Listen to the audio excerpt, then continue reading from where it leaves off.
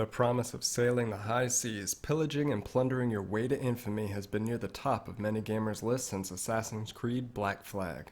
While the spin-off Skull and Bones has yet to materialize, and Rare's efforts with Sea of Thieves failed to capture the audience, another contender has sailed right in.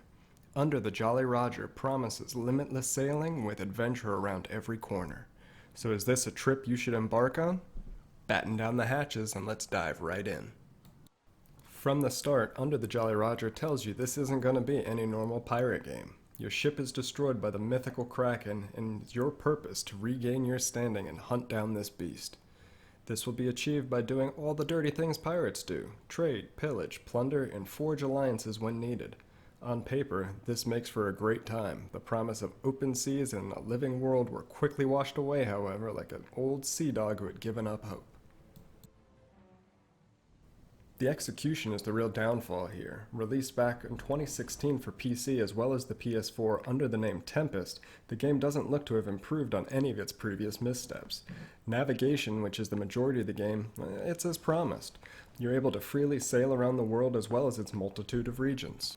Unfortunately, this is an exercise in tedium as there is a real lack of excitement or engagement to be had. Instead, you're just greeted to endless seas with landscapes that pop in the distance. Thankfully, the developers have seen fit to include a map which allows you to speed up your travels between islands. As you sail between locations, you will get indications that pirates, rivals, or even merchant ships are around you, and you can choose to engage.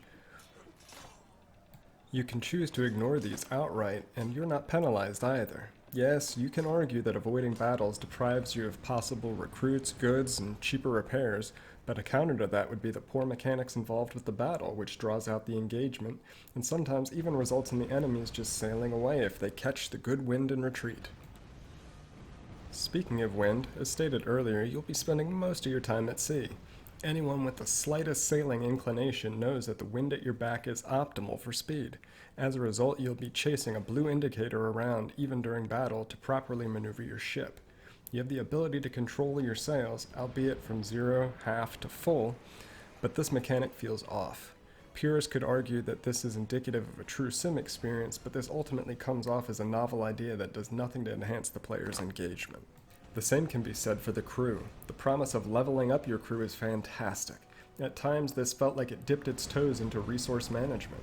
Making you have the right number of men staffing your cannons, the rigging, should have been exhilarating. Instead, you're greeted with a static screen and tiny font when this is docked, where you move around figures devoid of personality and character at all. This feels like a huge missed opportunity to grow with your crew and learn who they are. Promises of an open sea RPG in the final execution feels devoid of any real trappings associated with a title in that genre.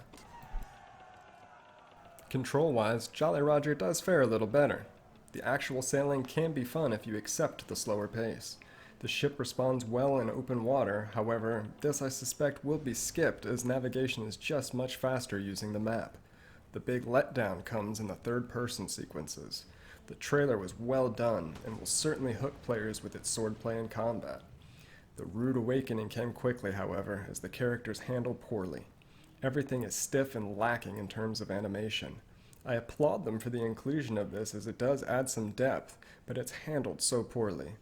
Boarding enemy ships results in a battle of the crews until only one stands. Sid Meier's Pirates handled these engagements much better nearly 2 decades ago. While the title was not without its jankiness, it also had a level of wit and charm completely absent here. Sound-wise, I'm beginning to sound like a broken record. It's another missed opportunity. The ambient sounds are done well. Listening to the waves crash and the wind blow is just handled with such care. The engagement music, it fits just fine, but where are the songs? Where are the local drunkards serenading your ears with tales of adventures in the past? The action segments are pulled off to a solid degree as the cannons boom and the hull and masts splinter with incoming blows. Again, this just feels like a missed chance to really heighten the immersion through the use of excellent sound design. Now, with all of that said, I've enjoyed my time with Under the Jolly Roger. Everything I've criticized never stopped me from wanting to return to the sea. The beauty of titles like this rests on its ability for players to create their own story using what is provided as the suggested guide. After some frustration at first and accepting it for what it is, it's okay.